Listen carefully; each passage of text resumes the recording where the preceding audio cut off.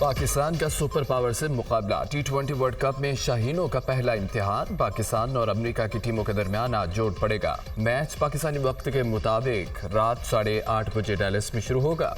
पाकिस्तान और अमेरिका की टीमें पहली बार आमने सामने होंगी। अमेरिका ने पहले मैच में कनाडा को 7 विकेटों से शिकस्त दी थी।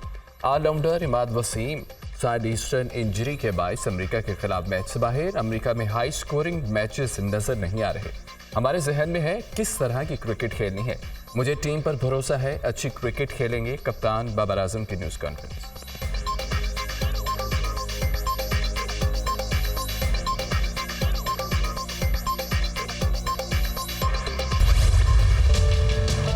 वज़ीर-ए-आज़म का शेंज़न में हवावे हेडक्वार्टर्स का दौरा। एग्जीबिशन सेंटर का मुआयना किया। कंपनी हुकाम की जानिब से शहबाज शरीफ को ब्रीफिंग।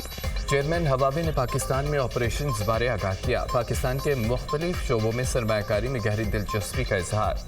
वज़ीर-ए-आज़म ने हवावे ऑपरेशन की जिद्दत की तारीफ की। पाकिस्तान में सरमायाकारी को वुसअत देने की तरगीब। हुकूमत सरकारी दफातर को तरजीही बुनियादों पर डिजिटलाइज करने के लिए इक़दाम उठा रही है। टैक्स सिस्टम, ई गवर्नेंस, मसनूई जहानत के शोबों में हवावे जैसी बड़ी कंपनी के लिए पाकिस्तान में सरमायाकारी के वसीम मौक़े मौजूद हैं।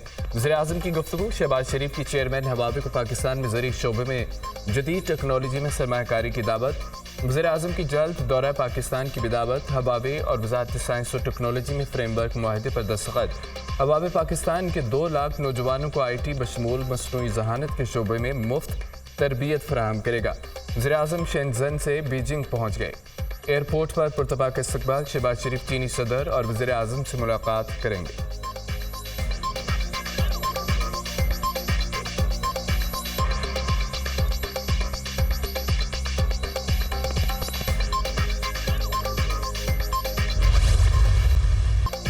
हमें माजी को बुलाकर आगे बढ़ना चाहिए। माजी में रहेंगे तो आगे नहीं बढ़ सकेंगे। चीन की तरक्की हम सब के लिए काबिल तकलीद मिसाल है। दुनिया को चीन की तरक्की से सीखना चाहिए। वज़ीर-ए-आज़म शहबाज शरीफ का पाक चाइना बिजनेस कॉन्फ्रेंस से खिताब। वज़ीर-ए-आज़म शहबाज शरीफ का पाकिस्तानी कंपनियों के सरबराहान को चीनी मॉडल अपनाने पर जोर। वज़ीर-ए-आज़म शहबाज शरीफ से चीनी कंपनी टानिशियन होल्डिंग्स के चेयरमैन की मुलाकात। चीनी कंपनी का पाकिस्तान में मोबाइल फोन्स की तैयारी, इलेक्ट्रिक बाइक्स, जदीद ज़राअत और फिनटेक में सरमायाकारी में गहरी दिलचस्पी का इजहार।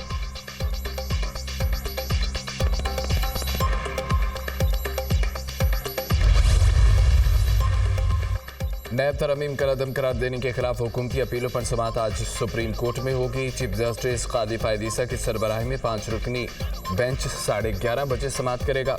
Justice Aminuddin, justice Jamal Mandokhail bench का हिस्सा। जस्टिस अतर मिनल्ला, जस्टिस हसन नजर रिजवी भी बेंच में शामिल। अदालत ने खैबर पख्तूनख्वा हुकूमत की समाअत बराह रास्त दिखाने की दरख्वास्त मुस्तरद कर दी।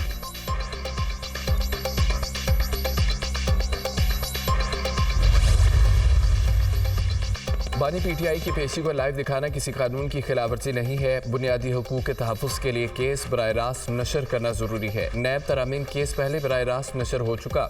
जस्टिस अतर मिनल्ला का 13 सफ़ात पर मुश्तमिल इख्तलाफी नोट जारी। वज़ीर-ए-आज़म के खिलाफ नैब इख्तियार का गलत इस्तेमाल करता रहा। जुल्फ़िकार अली भुट्टो को जब फांसी दी गई वो आम कैदी नहीं थे। बेनज़ीर भुट्टो और नवाज शरीफ भी आम कैदी नहीं है। बानी PTI भी आम कैदी नहीं है। बानी PTI मुल्क की बड़ी सियासी जमात के सरबराह हैं। हालिया आम इंतखाबात के नताइज इसका सबूत है। SOPs का ना होना केस बराह रास्त नशर करने में रुकावट नहीं।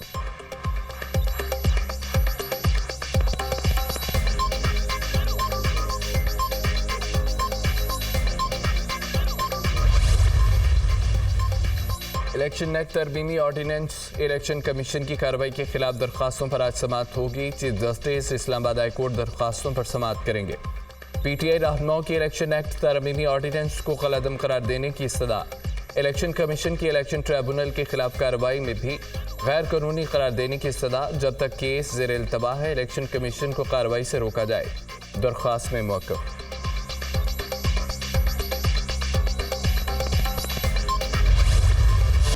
सुप्रीम कोर्ट ने मुस्तफ़ा कमाल की फौरी मुआफ़ी की सदा मुस्तरद कर दी। तौहीन अदालत केस में सेनेटर फैसल वावडा और मुस्तफ़ा कमाल सुप्रीम कोर्ट में पेश। क्या ऐसी गालम गलोच किसी और मुल्क में भी होती है? मुझे जितनी गालियाँ पड़ी हैं शायद किसी को न पड़ी हो। कभी अपनी ज़ात पर नोटिस नहीं लिया। आपने अदलिया पर बात की इसलिए नोटिस लिया। हमें किसी की तौहीन का नोटिस देने का शौक़ नहीं। हमने नहीं कहा हमारे फैसलों पर तनकीद न करें। कभी हमने कहा कि फलां को पार्लियामेंट ने तोसी क्यों दे दी? चीफ जस्टिस कादी फायदीसा के रिमार्क्स, आपने किस हैसियत में प्रेस कॉन्फ्रेंस की थी? जो करना है करें, झूठ तो ना बोलें। आप प्रेस कॉन्फ्रेंस से किसकी खिदमत करना चाहते थे? क्या आपने कोई कानून बदलने के लिए पार्लियामेंट में बिल पेश किया? हमने कभी कहा फला सेनेटर ने इतने दिन इजलास में शिरकत क्यों नहीं की? फैसल वाउडा माफ़ी मांग रहे हैं या नहीं? चीफ जस्टिस कादी फायदीसा का इस्तफसार, मुशावरत के बाद अदालत को आगाह करेंगे। वकील फैसल वाउडा का जवाब, अदालत ने फैसल वाउडा से तौहीन अदालत की शोकस नोटिस पर 1 हफ्ते में जवाब तलब कर लिया।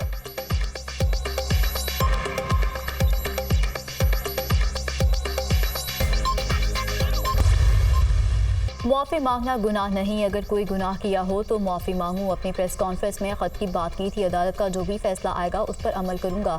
अदालत और जजेस का एहतराम करता हूं। अदालत के वकार को 140 नंबर से पहले नंबर पर देखना चाहता हूं। सेनेटर फैसल वावडा की अदालत में पेशी के बाद मीडिया से गुफ्तगू, मेरी प्रेस कॉन्फ्रेंस तौहीन अदालत नहीं है। अदालत से गैर मशरूत मुआफ़ी मांगी। मुस्तफ़ा कमाल।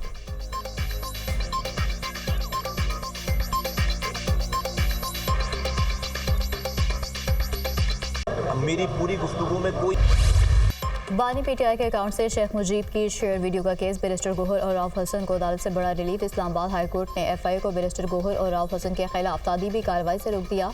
अदालत के दोनों रहनुमाओं को एफआईए में पेश होने की हिदायत। एफआईए बैरिस्टर गोहर और राव हसन को हिरासा ना तदरीबी कार्रवाई करेगी। जस्टिस मोहसिन अख्तर क्यानी ने एफआईए तलबी नोटिस के खिलाफ तहरीरी हुक्म जारी कर दिया। एफआईए को नोटिस जारी, 25 जून तक जवाब तलब। मुतनाज़ वीडियो केस में बैरिस्टर गोहर और राव हसन एफआईए में पेश। दोनों रहनुमाओं ने 21 सवालों के जवाब दिए, बयान भी रिकॉर्ड कराया। दोनों रहनुमाओं की एफआईए को दोबारा तलबी पर पेश होने की यकीन दहानी। एफआईए साइबर क्राइम ने राव हसन से 4, बैरिस्टर गोहर से 2 घंटे तक तफ्तीश की।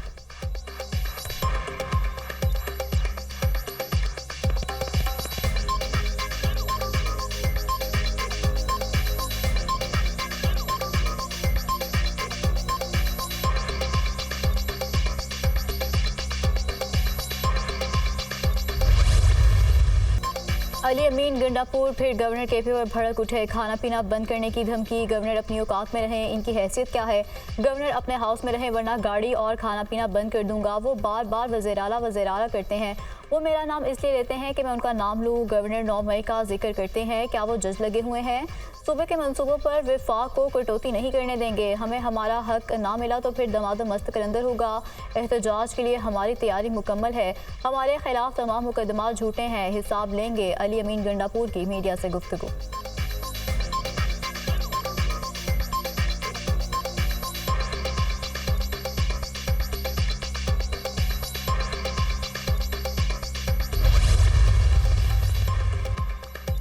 गंडापुर वज़ीर-आला रहें, गुंडे ना बने। पीटीआई के वज़ीर-आला गवर्नर को धमकियां देना बंद कर दें। लगता है गंडापुर को शायद गुंडा बनना था, गलती से वज़ीर-आला बन गए।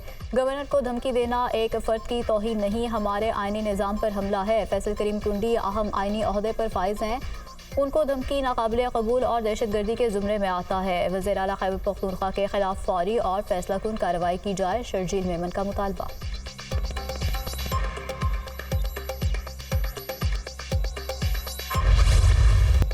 इस्लामाबाद में नफरत की सियासत चल रही है। ऐसी सियासत से पूरा मुल्क मायूस है। अवाम नफरत की सियासत की बजाय मसाइल का हल चाहती है। बानी पीटीआई क्या कर रहे हैं क्या नहीं, हमें क्या फ़र्क पड़ता है? हमें अवामी मसाइल हल करने चाहिए। अवाम ने हमें मैंडेट दिया, अब डिलीवर करना चाहिए। आपस की लड़ाइयों की वजह से परफॉर्मेंस से फ़र्क नहीं पड़ना चाहिए। अब हमें ट्रांसफ़र पोस्टिंग की सियासत ख़त्म करना होगी। 5 साला प्रोग्राम पर अमल दरामद कराना नंबर 1 तरजीह है। गरीब अवाम को सोलर के ज़रिए सस्ती बिजली फराहम करेंगे। जानता हूँ कि शहबाज शरीफ अपना वादा पूरा करेंगे। मुझे अपने अरकाने असम्बली में सुस्ती नज़र आ रही है। अरकाने पार्लियामेंट को फाल होना होगा। चीफ मिनिस्टर को वज़ीरों से अब थोड़ी सख्ती से पेश आना होगा। बिलावल भुट्टो का पीपल्स पार्टी सिंध के पार्लिमानी पार्टी के इजलास से खिताब।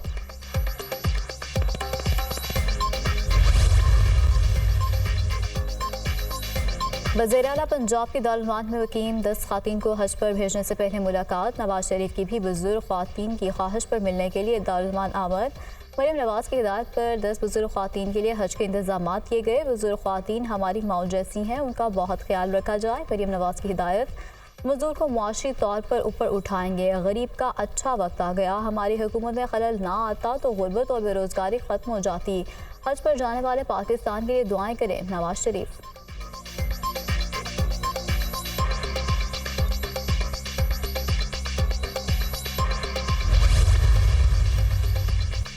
FIA ने सालिम बर्नी के खिलाफ मुकदमा दर्ज कर लिया। मुकदमा इंसानी स्मगलिंग की दफात के तहत दर्ज किया गया। FIA ने सालिम बर्नी के खिलाफ दर्ज FIR को सील कर दिया।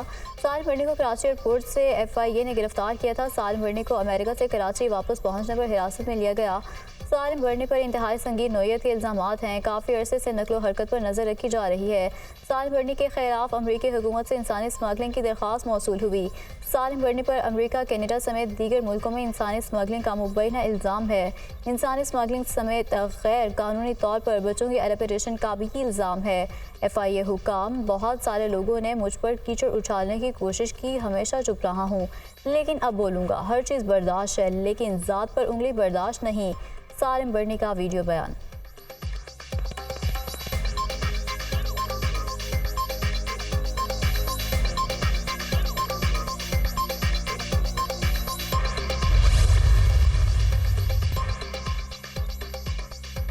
लाहौर समेत मुख्तलिफ शहरों में आंधी, तूफान और बारिश कहर ढाती गर्मी छूमंतर। कसूर, जेहलम, सरगोधा, भक्कर, फालिया, कालाबाग, खुशाब में बादल बरस पड़े। गर्मी के सताए शहरों के चेहरे खिल उठे। आसमानी बिजली और दीवारें गिरने के मुख्तलिफ वाक़यात। 8 अफराद जाम बहक, 40 के करीब जख्मी। खुशाब में आसमानी बिजली गिरने से 2 भाई जल बसे, वालिद शदीद जख्मी। DI खान में घर पर आसमानी बिजली गिरने से खातून दम तोड़ गई। गुजरांवाला में तेज आंधी से दीवार और छत गिर गई, लड़की समेत 3 अफराद जाम बहक। वज़ीराबाद में दीवार गिरने से माँ बेटी मलबे तले दबकर चल बसी। भेड़ा कबीरावाला सियालकोट में आंधी के बायस मुख्तलिफ हादसात में 37 अफराद जख्मी हुए। चिन्नौट में आसमानी बिजली से लाखों रुपए मालियत के 10 से ज़ायद जानवर हलाक हो गए। खैबर पख्तूनख्वा के मुख्तलिफ इलाकों में बादल बरसे। पेशावर, बिटिन, मालम जंबा, पाला चुनार, बालाकोट, कालाम में मौसम खुशगवार हो गया। बलाई पंजाब और गिलगित बल्तिस्तान में भी बादल बरसने का इम्कान है। सिंध और बलूचिस्तान में गर्मी की शदीद लहर बरकरार। सिबी में दर्जा हरारत 47 डिग्री रिकॉर्ड किया गया। मोहिंजोदड़ो में 45 को छू गया।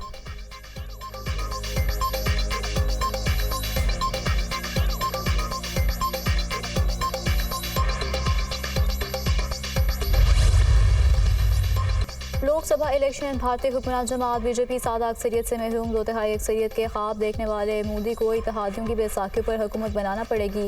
लोकसभा के इलेक्शन में BJP इत्तेहाद 293 नशस्तों पर कामयाब। कांग्रेस और इत्तेहादियों ने 232 सीटें जीत लीं।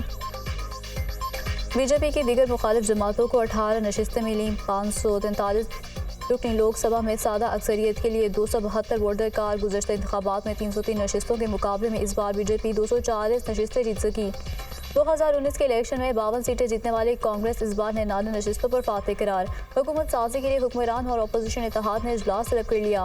नरेंद्र मोदी वज़ीर-ए-आज़म के ओहदे से मुस्ताफ़ी। भारतीय सदर ने वज़ीर-ए-आज़म का इस्तीफ़ा मंजूर कर लिया। मोदी 8 जून को तीसरी मुद्दत के लिए वज़ीर-ए-आज़म का हल्फ उठाएंगे। भारतीय मीडिया।